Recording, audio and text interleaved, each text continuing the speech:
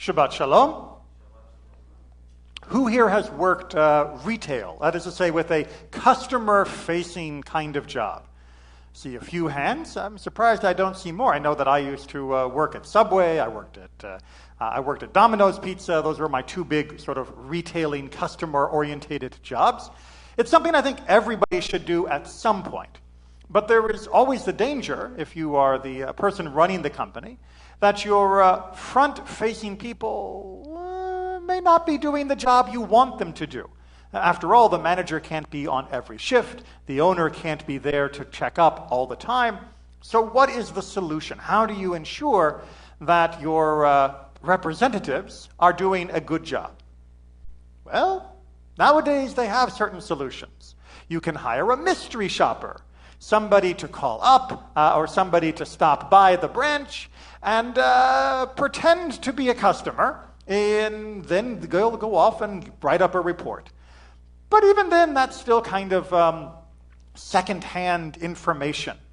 If you want to be a truly hands-on sort of boss, you need to do the undercover boss shtick. You need to go in, whether it be in costume or some other way, maybe it's a big enough organization that not all the branches know you, and check up on them firsthand. You've all, I'm sure, seen these different videos and shows built around this idea. And it always goes so well, right? Because sometimes you learn that maybe they're great to the customers, but maybe they have opinions about the boss that aren't always so great. And in Judaism, we actually have this exact metaphor, ironically enough, during this section of the Torah reading. Because during this section of the Torah, we are leaving the land of Egypt. Now, in the land of Egypt, who was in charge? Pharaoh, exactly, right? Paro was number one. And Pharaoh, he was on everything, right? And long before they had portraits everywhere, they had all of his inscriptions on every temple, on every pyramid, more or less. All over the place, you would have pictures of Pharaoh. It's why the hieroglyphics of ancient Egypt are so captivating. It's just of the portraits and pictures. But do you think if Pharaoh walked into his local pyramid dealership, not that they had those, but if he walked into a local pyramid dealership, right, Mummies R Us, do you think the people there would recognize him? Maybe, maybe not.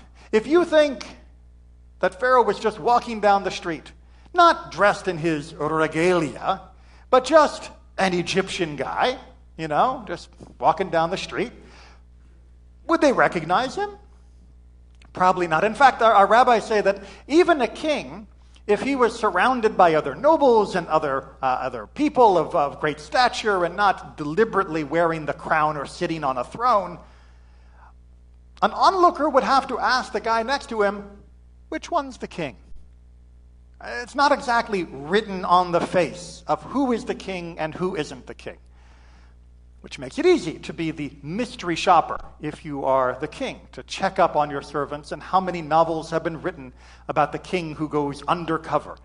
Perhaps the most famous being the scenes from Henry V, where he is walking among the troops on the eve of the battle to find out how they are feeling. If you haven't seen or read Henry V of Shakespeare, definitely worth a look. But what about our king? Would you recognize our king if he was among us? Who's our king? God, right? That is our king, the king of kings. We don't have any other king at the moment. We used to have a few, and most of them were pretty lousy. But the king that we've always had is God. Would you recognize if God was in your midst? Not so much. In fact, even, says our tradition, if you were a prophet, even if you were an Isaiah or an Ezekiel or a Hosea or any one of those big guys, you weren't really seeing God. You were not really like catching a glimpse. Because as much as you could see, what you were seeing was still through a cloud. It was still through a vision or encapsulated within symbolic dream imagery. You weren't actually seeing God in a way that you could recognize. Excuse me?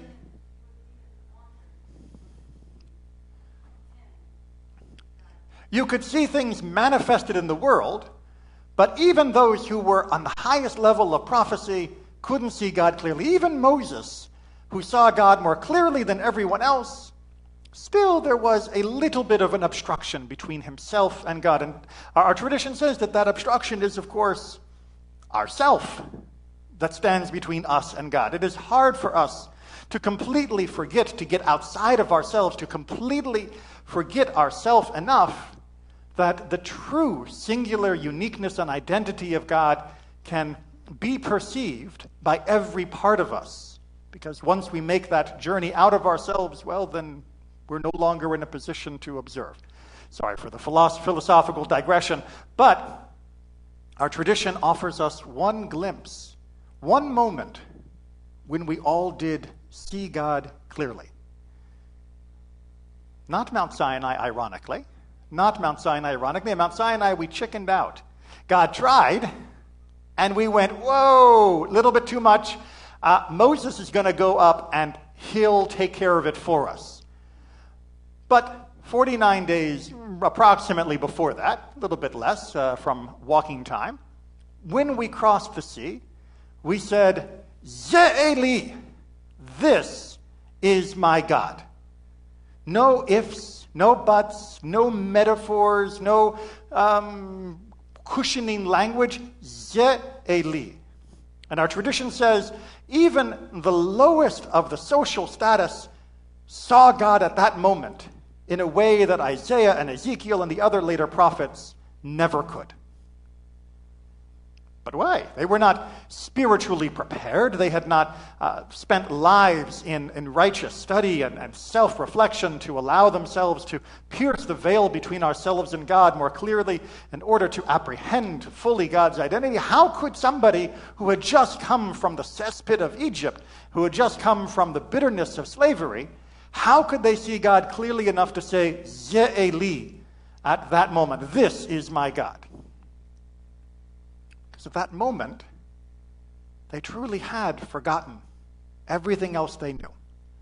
At that moment, as they crossed onto the other side of that sea, they truly did, for just a glimpse, leave everything else behind. Leave the bitterness, leave the pain, leave the mislearned lessons of idolatry and immorality, of the exploitation, the pain, the suffering that the Egyptians inflicted, and which, unfortunately, we see we inflicted upon each other as well. For just a moment, as that sea crossed, or parted, and they crossed, and as their enemies were no longer behind them, the world looked different. For a moment, they believed that the world was different than they had ever thought. The world did not have to be a place of pettiness. It did not have to be a place of meanness. It did not have to be filled with selfishness, with anger, with hate. It did not have to be such a painful existence. For that moment, Ze'eli, this is my God, a world where redemption is possible, a world where suffering is not the norm, a world where people can lead each other forward, help one to the other. Ze'eli, this is my God. Did the moment last? Well, not exactly. But I'm afraid I'm going to have to give you a to be continued on that. That's going to have to wait till tomorrow's discussion, because there is much more to be said about how we encountered God at that mystical moment and what impact it had on us in the long term. Yes?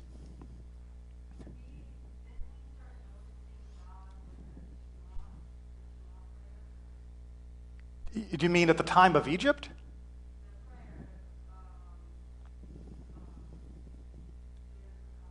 The Shema, yes. I wouldn't say that's exactly when we noticed God, partly because the Shema had not yet been given. The Shema doesn't come until 40 years after this point. So it's chronologically, I wouldn't call it began to notice, but certainly the Shema daily is meant to reawaken in us at least the glimpse that we caught at that moment. But like I said, there'll be much more time for this discussion tomorrow. What? One last comment?